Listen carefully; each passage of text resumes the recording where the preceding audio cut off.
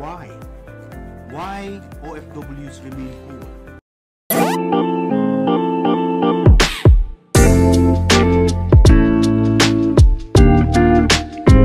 Okay, so what's up mga Lods? Welcome back sa ating YouTube channel and welcome back for another reaction video. And today magre-react tayo dito sa isang video ni Attorney Don Magsino. Okay, so maganda yung topic na to, no? Madaming matututo dito, especially mga OFW na katulad ko, guys. Pero bago natin umpisahan tong ating reaction video, if you are new to this channel, guys, please don't forget to subscribe and pakipindot na rin yung ating notification bell para lagi kayong updated sa tuwing mag-upload tayo ng ating mga reaction video. Simulan na kaagad natin to mga Lodi. Let's J! Why OFWs remain poor? Okay. Why OFWs remain poor? Sa totoo lang mga Lodi, wala talagang yumayaman sa pagiging OFW. Kaya lang naman naging OFW yung mga iilan sa ating mga kababayan dahil kulang na kulang sa oportunidad sa Pilipinas, no? Kahit sobrang baba na nung sweldo, 'di ba? Pinapatos pa rin ng kababayan natin para lang makasurvive or makaipon ng kahit konti lang. Pero kung tatanungin mo, yayaman, wala talagang yayaman. Unless real talk, yung mga sweldo ng karamihang mga OFW halos same lang din ng kinikita nila sa Pilipinas. Pero napipilitan sila mag-abroad dahil nga kulang sa oportunidad. Imaginin mo to guys, cashier sa Pilipinas, cashier sa abroad. Cashier sa abroad, hindi mo kailangan ng bachelor's degree, no? Kung yung trabaho ay kaya mong gawin, tanggap ka na. Pero sa Pilipinas mga Lodi, kailangan mo ng 4 years degree. So paano na lang kung hindi ka nakapagtapos ng kolehiyo, no? So hindi ka makapag-apply diyan sa isang trabaho bilang cashier, no? No choice ka. Despite working abroad. Why? Bakit sila nananatiling mahihirap? Kahit na nagtatrabaho sila sa ibang bansa. And according to these studies made by the Bangko Sentral of the Philippines, the BSP, they found out that 8 out of 10 OFWs remain poor. Okay. After 10, 15, 20 years of working abroad. Matagal silang naghanap buhay. Ngunit yung mga taon ng paghahanap buhay ng pagkita ay nabaliwala. Kaya pag uwi nila, yun yung isang masakit din no? Hindi naman lahat ng OFW ganun ang ugali. Pero madami ding OFW talaga na kahit na 20 years na sa abroad, no, wala pa ring ipon hanggang ngayon. No, yun yung masakit eh. They may be the same, poor, or worse. Now, by listening to this video, I will give you a hint. I will give you a mentality on how you can change your life so that when you come home, one day when you retire, your life is never be the same again. Number one reason, pag-aralan muna natin yung mga reason why they are remaining in the poverty mentality. Number one, mga kaibigan, wrong thinking. Maling Akala ng mga paniniwala. tao na kapag ikaw ay nagtrabaho na sa ibang bansa, na malaki ang kita, maganda ang buhay. That's wrong. Hindi porke malaki ang kita mo sa abroad, maganda na ang buhay mo. That's not correct. Tutuusin lang sa abroad exchange rate lang yung malaki, di ba? Kung titingnan mo yung cost of living, wala namang pagkakaiba. Pero guys, ang kagandahan lang sa abroad, no, kahit maliit ang sweldo mo, nakakaipon ka, no? Unlike sa Pilipinas, maliit na yung sweldo mo, nagkakautang ka pa. Pero pag yaman, questionable yun. Because they forget na oo, malaki nga ang kita in terms of exchange rate. Actually, ang nagpapataas lang naman talaga is exchange rate Pero kung titingnan mo ang standard of living, parang halos pareho lang. Minsan nga, mas masarap pa ang buhay sa Pilipinas Sa Pilipinas, pagala-gala lang ang mga tao, pabanjing-banjing lang. May iba nga, nakahubad, dumalaki pa ang tiyan. Naghihintay lang. Maganda ang buhay sa Pilipinas actually, no? Kung dalawa kayong nagtatrabaho or may regular kang trabaho or yung sweldo mo medyo mataas. Pero yun nga ang sinasabi ko guys. Kadalasan ng mga naging OFW hindi nakakakuha ng magandang opportunity sa Pilipinas. Kaya, diba, sino bang gugustuhin na magtrabaho sa ibang bansa kung may maganda na mga oportunidad doon sa mismong bansa mo na nakakasama mo po yung pamilya mo. Ng padala. Pero maraming Pilipino, because of that wrong thinking na malaki ang sweldo, maganda ang buhay, maling pananaw. Totoo yan. Maling pananaw talaga. Especially yung mga kamag-anak mo. Kadalasan kasi ng mga OFW, pinopost nila yung magagandang nangyayari sa buhay nila. Hindi nila pinopost yung mga malulungkot na nangyayari sa buhay nila. So, real talk mga Lodi ha. Lalo na pag mga first timer. No, para lang makatipid mga Lodi. Halos isang linggo, ang ulam niyan, sardinas, hotdog, itlog, indomie. No, especially diyan sa Middle East mga Lodi. Ay nako po, ako naranasan ko yan. No, para lang makatipid mga Lodi. Halos ang kinakain ko everyday itlog, sardinas, corned beef, di ba? Yun yung masakit na hindi natin sinasabi doon sa mga kamag-anak natin. Kaya yung mga kamag-anak natin, iniisip nila maganda ang buhay natin, no? Malaki sweldo natin. Unrealistic expectation. When you say unrealistic expectation, bili mo ako niyan. The unrealistic expectation is clear.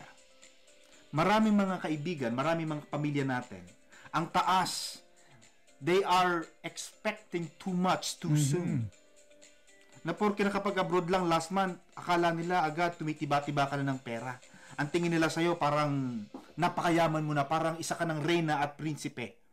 Na pag umuwi ka ng Pilipinas, dapat manlibre ka kaagad, dapat magpakain ka kaagad, pag hindi ka nakapagpautang, ang taas-taas na ng ere mo, napakayaman. No?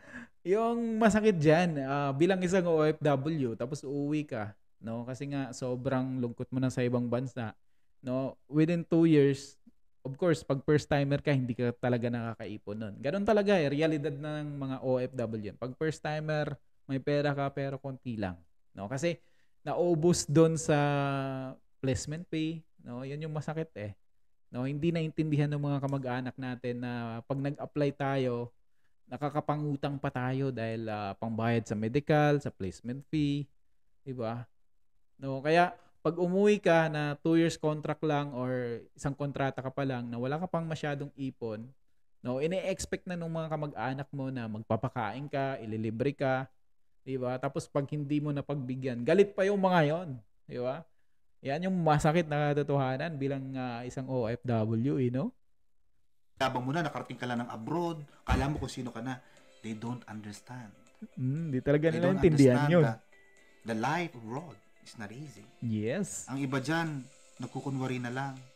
I've seen one video in Saudi Arabia na maraming mga tao doon ang naghahanap ng pagkain sa basurahan. But of course, nakakahiyang sabihin sa pamilya. Mas para sa akin, yung mga naghahanap ng pagkain sa basurahan, mas okay pa yon kaysa doon sa mga OFW na kumakapit talaga sa patalim. Para lang makapagpadala. Yun yung nakakahiya.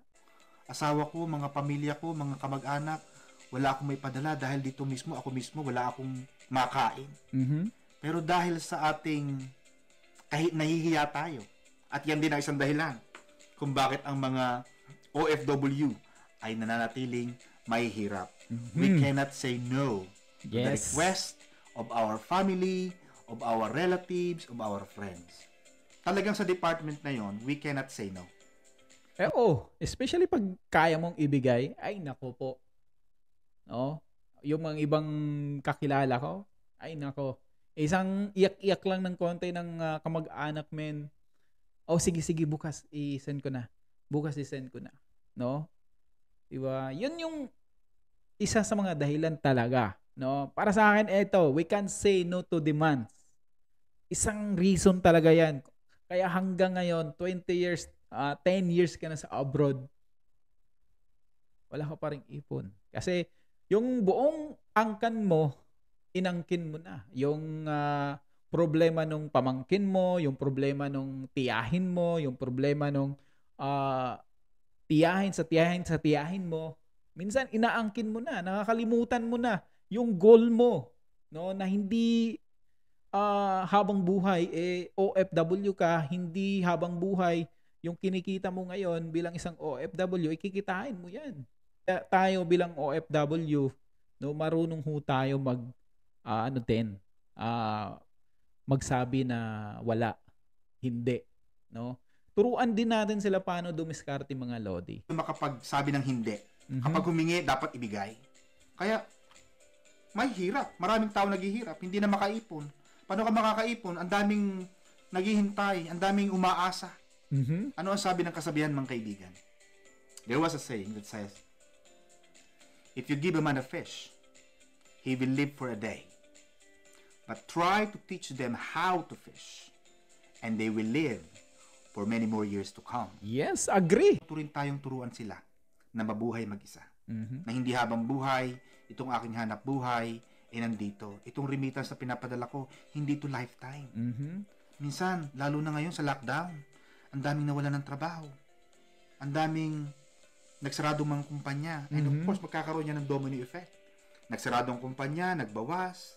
Siyempre, kung nagbawas ng contract, nagbawas ng mga empleyado, may tao na mawawala ng trabaho. Pag nawala ng trabaho, wala tayong kita, wala tayong padala. At minsan dahil sa wala naman tayong ipon, ang mga Pilipino kasi hindi mahilig mag-ipon. Yun lang, no? Hindi ako naniniwala na ang Pilipino ay hindi mahilig mag-ipon. Para sa akin talaga, marunong naman talaga ang Pilipino mag-ipon eh. Kaso, yung kultura kasi natin, masyado tayong matulungin. Kunting iyak-iyak lang ng mga kamag-anak natin, bibigay na tayo eh. Lack the will to save. Sige. It's not that we lack the money to save. Hindi sa wala tayong perang iipunin. Ang wala sa mga Pilipino at hindi tayo sanay na mag-ipon for the rainy days. We don't look for the rainy days. But if you're going to read the Bible, I'm going to mention a biblical scripture. God was saying, you lazy, look at the ant. Consider the ants. They save during the summer. Sila mismo ay nag-iimpok kahit na summer, mataas ang araw, nag-iimpok ang mga yan. Bakit? For the rainy days. Lahat ng mga yan ay nasa loob ng kanilang chamber. They are happy and they're enjoying the best of their lives.